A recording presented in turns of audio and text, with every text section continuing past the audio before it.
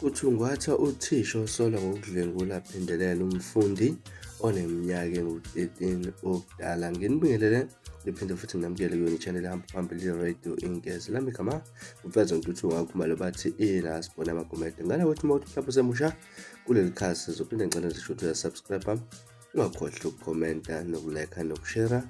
Okukhona okubaluleke kakhulu kunakho konke. Amaphoyisa asephuma enqena lokuthungatha uthisha oneminyaka engu-58 ubudala osolwa ngokudlwengula aphendelela intombazanyana eneminyaka engu-13 efunda kwesinye sezikole samabanga aphansi esifundeni Capricorn South eLimpopo.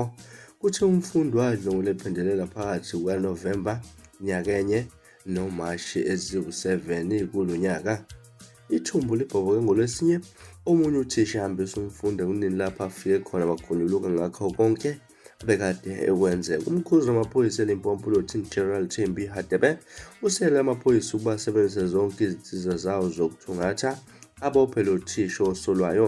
Kuvulwe icala ukuthi umsolwa wenze ngathi uyisiteshini samaphoyisa ngesikhathi ehamba ngemoto esefonela uthe useHammanskraal ngaphambi kokucima iselula yakhe. Lo thisha usolwa ngokudlwengula umfundi wentombazanyana okumele athungathwe aboshwe ukuze-ke abhekane nengalo yomthetho.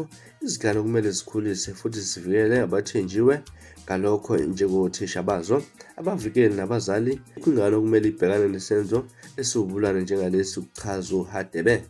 Uthe-ke ungaba nolwazi olungasezwe ukubopha umsolwa, uthe uyacela ukuba ashayele umseshi uLieutenant Colonel Martin kule namba 082 451 7155 noma ku-0600 10 Kwenzeka lokhu nje yandlondlobala imikhankaso we-Justice for Cwecwe.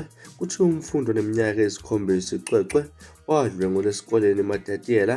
Lesi sisigameko esivusa ilaka kubantu abaningi osaziwayo kanjalo futhi namaqembu ezepolitiki.